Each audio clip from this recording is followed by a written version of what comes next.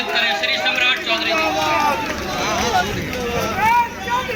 बोलिए भारत माता की, भारत माता की जय। जय श्री राम, जय जय श्री राम। आज नवादा लोकसभा क्षेत्र के नामांकन के शुभ घड़ी में इस मंच पर उपस्थित लोजपा रामविलास के अध्यक्ष छोटे भाई रामविलास आदरणीय चिराग पासवान जी, इस मंच पर उपस्थित हमारे बड़े भाई और भारत सरकार के पूर्व मंत्री उपेंद्र कुशवाहा जी, इस मंच पर उपस्थित बिहार के उप मुख्यमंत्री हमारे साथी मित्र आदरणीय विजय सिन्हा जी, बिहार सरकार के मंत्री बड़े भाई आदरणीय सरवन जी, इस मंच पर उपस्थित बिहार सरकार के मंत्री हरीश साहनी जी, इस मंच पर उपस्थित माननीय विधायिका और लंबे समय से इस इलाके की सेवा कर रहे आदरणीय अरुणा देवी जी, पूर्व विधायक और पुराने साथी आदरणीय अनिल सिंह जी, कन्हैया रजवार जी, निविता सिंह जी, पार्टी के संगठन के सभी साथीगण और मंच के सामने आज जिनके नामांकन में हम लोग सभी उपस्थित हुए हैं, आदरणीय विवेक ठाकुर जी और यहाँ पर उपस्थित तमाम भाइयों, बुजुर्गों, नौजवान साथियों, छोटे छोटे बच्चे, आज आपके बीच में आने का मौका मिला नामांकन के माध्यम से। और यदि आप चाहते हैं इस देश में फिर से नरेंद्र मोदी जी की सरकार बने, तो हमको हर हालत में बिहार की 40 सीट जिताना पड़ेगा और 40 में नवादा में भी कमल खिलाना पड़ेगा। और साथियों, इसलिए मैं कहना चाहता हूं क्योंकि देखिए, ये तो माफियाओं का इलाका रहा है साहब। मैंने कहा है पहले भी, बालू माफिया, शराब माफिया और जमीन माफिया, इसको यदि बिहार से भगाना है तो हर हालत में एनडीए को जिताना पड़ेगा। और इस बार तो अभी हम लोगों ने सरकार बनाया साथियों, माफियाओं पे कानून भी बना दिया है। ऐसा है कि नहीं कि छोड़ने वाले नहीं है। अभी हम लोगों ने अभी कानून बनाया है विधानसभा में। ये जो माफिया लोग हैं, बालू माफिया लोग, क्योंकि आपके यहाँ तो माफिया ये लोग ही चुनाव लड़ने वाले हैं विवेक जी के खिलाफ। वो कोई हो, चाहे वो राजद वाला हो, कोई निर्दलीय हो, वो माफिया ही चुनाव लड़ेगा। आप स्पष्ट रहिए, भाजपा को जिताइए। चुनाव के बाद गारंटी देता हूं, जिस तरह मोदी जी की गारंटी है, बिहार में भी गारंटी है, कोई माफिया बिहार की सड़कों पे नहीं दिखेगा। और बिहार के विकास के लिए काम करना है साथी। देश के यशस्वी प्रधानमंत्री नरेंद्र मोदी जी विकसित भारत का संकल्प लेकर चले और 2047 तक भारत बने। ये कोई प्रधानमंत्री कभी सोचा नहीं था साथी, किसी प्रधानमंत्री ने कभी नहीं सोचा। आज देश के यशस्वी प्रधानमंत्री जी ने सोचा कि 2047 तक इस देश को दुनिया का सबसे बड़ा सुपर पावर बनाना है। और आप सोचिए, ठीक कहा चिराग जी ने कि आज दुनिया में हम 11वें स्थान पर आर्थिक व्यवस्था में खड़े थे, लेकिन नरेंद्र मोदी जी जब सत्ता में आए तो कुछ कांग्रेसिया लोग कहते थे कि मोदी जी सरकार चला पाएंगे, लेकिन आज मोदी जी ने सरकार भी चलाया 10 साल तक साथियों। दुनिया में डिप्लोमेसी से भी खड़ा किया और दुनिया में जो 11वें स्थान पर हम आर्थिक व्यवस्था में खड़ा थे, अंग्रेजों को हराकर आज हम 5वें स्थान पर खड़े हैं दुनिया में साथ। आज हमारे पास पैसा है, दुनिया सब बैकफायर कर गया। अमेरिका का जीडीपी 2% पर है, चाइना का जीडीपी 3% पर है, लेकिन बिहार, एक तो बिहार 10% पर है और देश का जीडीपी 8% पर है। आप सोचिए दुनिया में सबसे ज्यादा विकास कर रहे हैं। इसलिए साथियों हम यही आग्रह करेंगे, निवेदन करेंगे। जब ठीक कहा आदरणीय विवेक जी ने, अभी हम लोगों ने डबल इंजन की जब सरकार बनी साथियों, कई बार प्रधानमंत्री जी से चर्चा होती थी आयुष्मान भारत कार्ड, क्योंकि ये गारंटी है किसी गरीब को एक कागज दिखाई और किसी हॉस्पिटल में भर्ती हो जाए। हमारी बहनों का गहना जो है गिरवी रखना पड़ता था, बैंकों से पैसा निकालना पड़ता था, लेकिन हम लोगों ने एक विशेष ड्राइव चलाया और पूरे बिहार में जिस भी गरीब को 5 किलो अनाज मिलता है, यहाँ पे कितने लोगों को 5 किलो अनाज मिलता है साथियों? जिनको 5 किलो अनाज मिल रहा है, अब समझिए कि 5 लाख तक का बीमा का इलाज भी नरेंद्र मोदी की सरकार करने जा रहा है साथियों, ये मैं बताना चाहता हूँ।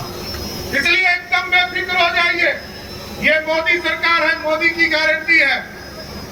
देश में जिस तरह भ्रष्टाचारी नहीं बच सकते और बिहार में कोई भी माफिया नहीं बच सकता, इसकी काम हम लोग आगे बढ़ाने का काम कर रहे हैं। इसलिए हम यही आग्रह करने आए, निवेदन करने आए कि 2024 के चुनाव में 40 की 40 सीट चाहिए, क्योंकि पिछले बार 1 सीट घट गया था और हम 39 सीट जीत पाए थे।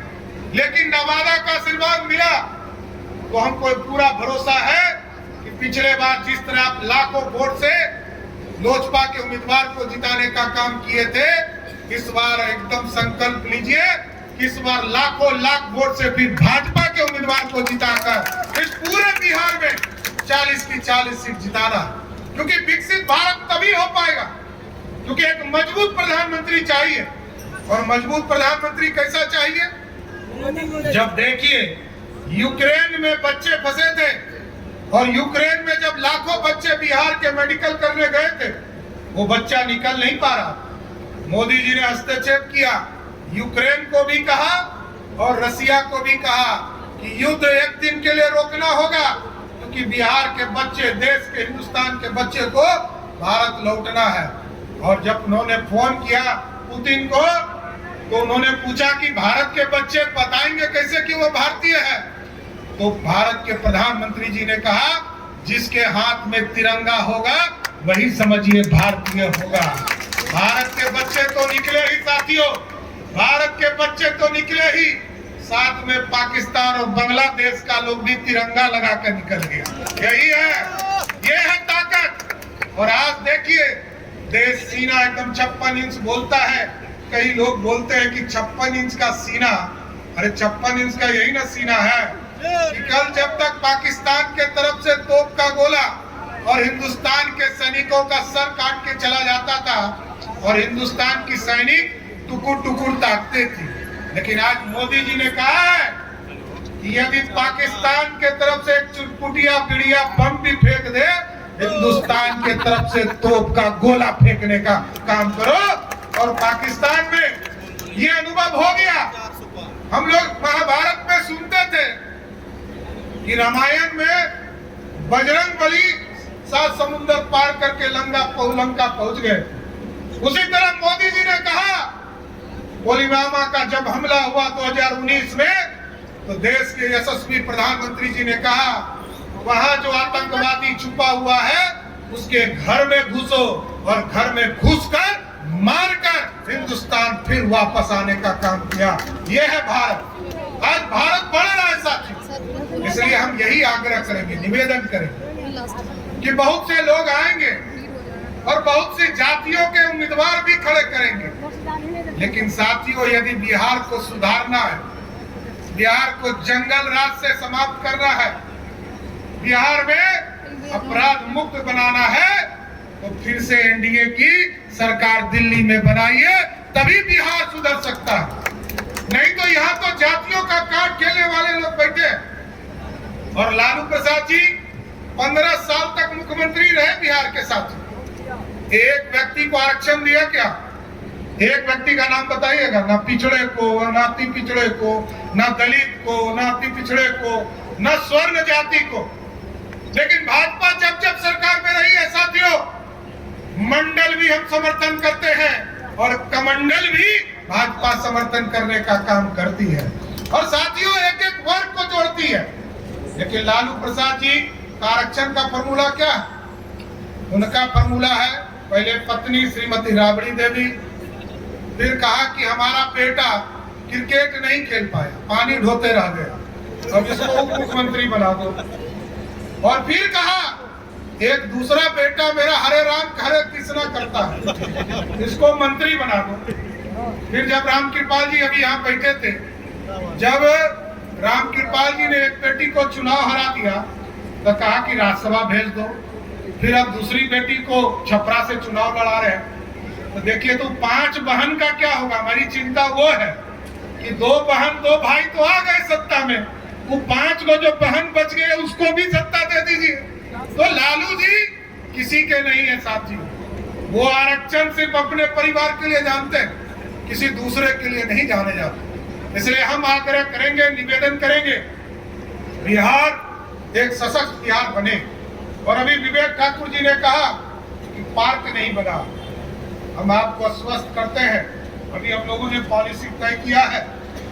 ये जो पूरे बिहार के डिस्ट्रिक्ट हेडक्वार्टर है, सभी जगह एक बड़ा कॉलोनी भी बनाने का काम हमने शुरुआत किया है। सभी डिस्ट्रिक्ट हेडक्वार्टर पर यह काम शुरू होंगे और माफियाओं पे भी कार्रवाई होगा। लेकिन डिस्ट्रिक्ट हेडक्वार्टर पे एक बड़ा कॉलोनी 1000 एकड़ का कॉलोनी बनाकर पूरे विकसित बिहार बनाने का काम किया जाए।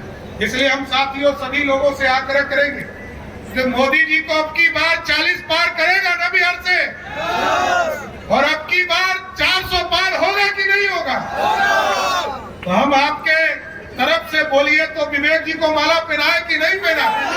दोनों हाथ उठा के बोलिए, विवेक जी को समर्थन है ना? बोलिए